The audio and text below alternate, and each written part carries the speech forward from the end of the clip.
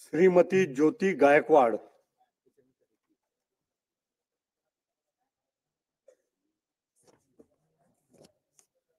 श्रीमती ज्योती गायकवाड। स्वामी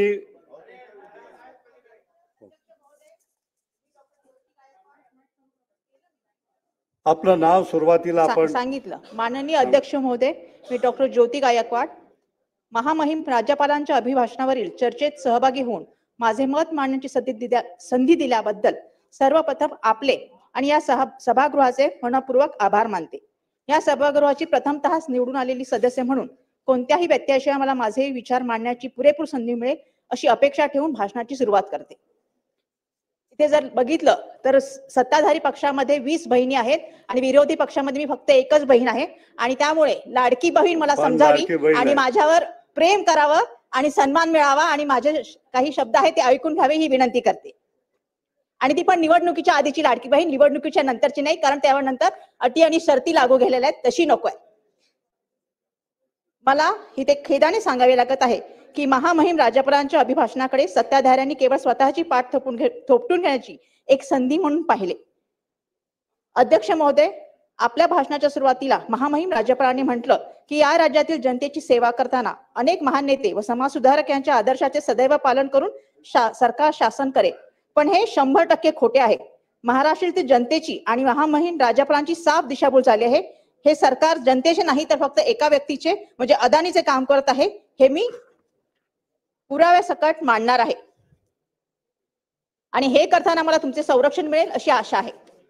अध्यक्ष महोदय, महाराष्ट्रात आचारसंहिता लागू होण्याच्या काही दिवस आधी म्हणजे 4 ऑक्टोबर 2024 रोजी राज्याच्या गृहनिर्माण विभागाने एक तुगलकी GR काढला।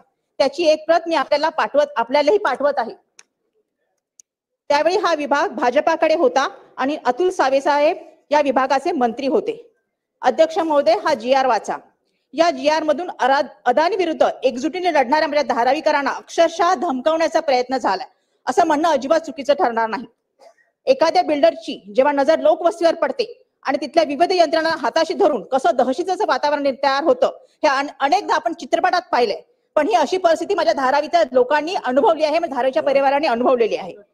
कधी निवृत्त पोलीस अधिकारी, कधी एन्काउंटर स्पेशालिस्ट यांच्या माध्यमातून लोकांना घाबरण्याचा प्रयत्न केला, तर कधी कुविख्यात गुंडांच्या नावाने दहशत निर्माण करण्याचा प्रयत्न चालू आहे।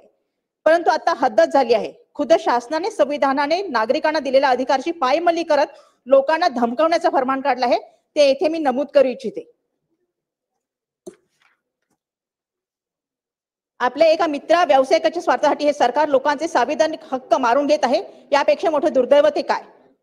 धारावीकरांचा विरोध जुगारून आणि लोकभावने विरोध जाऊन सध्या अदानी प्रणित धारावी पुनर्वसन प्रकल्प लिमिटेड या SPV कडून पात्रता सर्वेक्षण केले जात आहे। या सर्वेक्षणाला धारावीकरांनी वारंवार नाकारत असताना या तुगलकी GRच्या माध्यमातून सरकार हे लोक आंदोलन चिरडण्याचा प्रयत्न करत आहे, असा माझा स्पष्ट आरोप आहे। GR मध्ये नेमकं काय म्हटलं आहे ते आपल्याला वाचून दाखवते।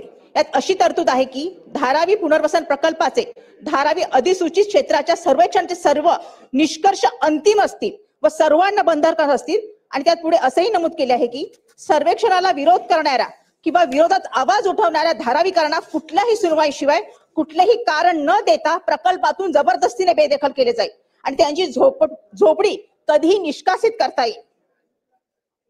अध्यक्ष महोदय, या आधीच्या सर्व योजनांमध्ये नियोजन आणि अंमलबजावणी या सर्व स्टेजेसमध्ये लोकांशी संवाद साधण्याची आणि विचार विनिमय करण्याची प्रक्रिया होती, जी माननीय मुख्यमंत्री साहेबांनी सुद्धा पहिल्या ह्याच्यामध्ये सांगितलं होतं की संवाद साधणं हे खूप आवश्यक आहे।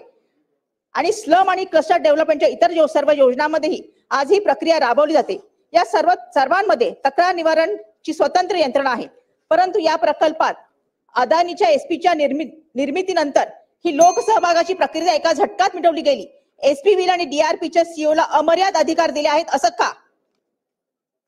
हा GR एवढ्यावरच थांबत नाही, तर तुम्हाला विश्वास बसणार नाही। यात झोपड्यांची पडताळणी आणि सर्वेक्षणासंदर्भात निर्णय घेण्याचे संपूर्ण आणि सर्वंकष अधिकार धारावी पुनर्वसन प्रकल्पाला देण्यात आले आहेत।